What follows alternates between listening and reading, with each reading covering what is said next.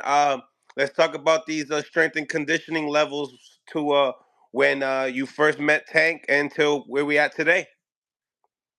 So you mean in reference to our training, what we did? Yeah, well, maybe not necessarily that because I know that's the bread and butter, but you know, uh, levels from where he was to when he first Oh, started to now. yeah. So it was a lot of stuff that, again, Tank is talented. You know what I mean? Natural talent, and then you have that in sports, right?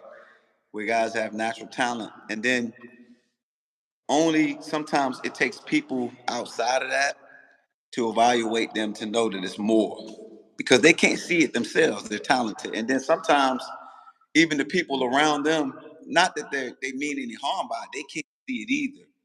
So in reference to like his flexibility, got a lot better.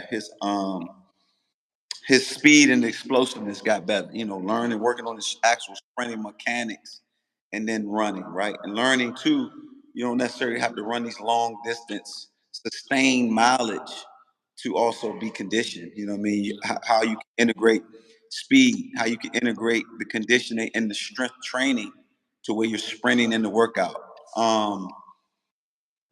That's a lot of stuff that he got better at. His explosiveness from doing plyometrics, just doing some things to make him overall a better athlete with his talent in boxing. That's what we were able to focus on. And he's and you'll see a difference sprinting, jumping, athletically, right? That sometimes from the common person just watching boxing won't know or can't see it.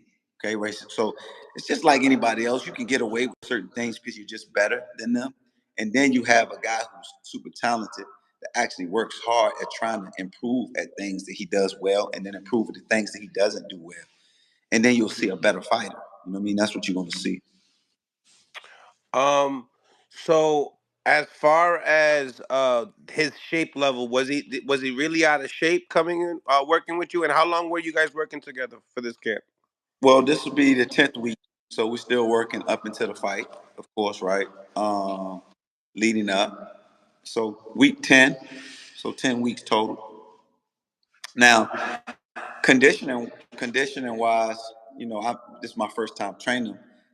Um, he was closer to fight weight, you know, leading in. I know in the past from just talking to him, he may have been a little heavier or, just maybe not eating is the diet may need to, not what it probably should have been prior to starting training. So like him learning now how to keep his fitness levels up. That's one thing that Scooter understands now, right? He understands the lifestyle. He's not going to really get out of shape in a sense. Preparing for a fight is a total different progression based off the time that we have leading up to a fight than the time that you have when you're not fighting.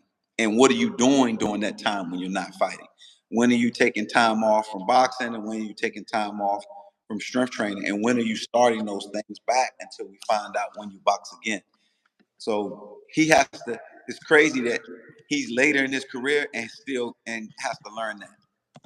That's why I said that the sky is still the limit, even at him being 30. I see more improvement that can still happen for him even after this fight. Just him just being open to taking the information and applying it in the gym. Yeah, yeah. What would you have to say about Tank's work ethics in the gym? Oh, he's a competitor. He wants to compete. You know what I mean? He wants to win. He wants to you know do more than the next guy. But he's also humble in a sense because there's a lot of things that he wasn't good at that he had to learn and watch and sit back and then okay, now I got it. Push myself, but was humble enough to learn and listen to a lot of things that he was able to do. He didn't never has never done before, and that's kind of hard to do to people, man. To really say like, listen, man, if you do this, I know it don't really directly correlate to boxing, but I promise you, it's gonna help you in the ring. That's hard to introduce to people, you know what I mean, and then them trust you this late. It's not like I've trained Tank since he was 6 or 7 years old, or since he's been 12, like I've coached Scooter. So that I was fortunate that there was some trust there, this late. Tell me, how do you go about, going to a boxing training camp for this specific fighter himself?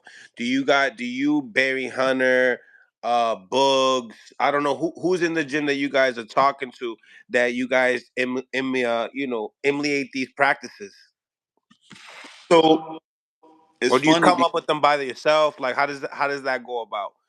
how, The planning of the workouts and stuff like that for this specific camp. so I know I pretty much know the time frame that we deal with, right? What we dealing with from a week standpoint.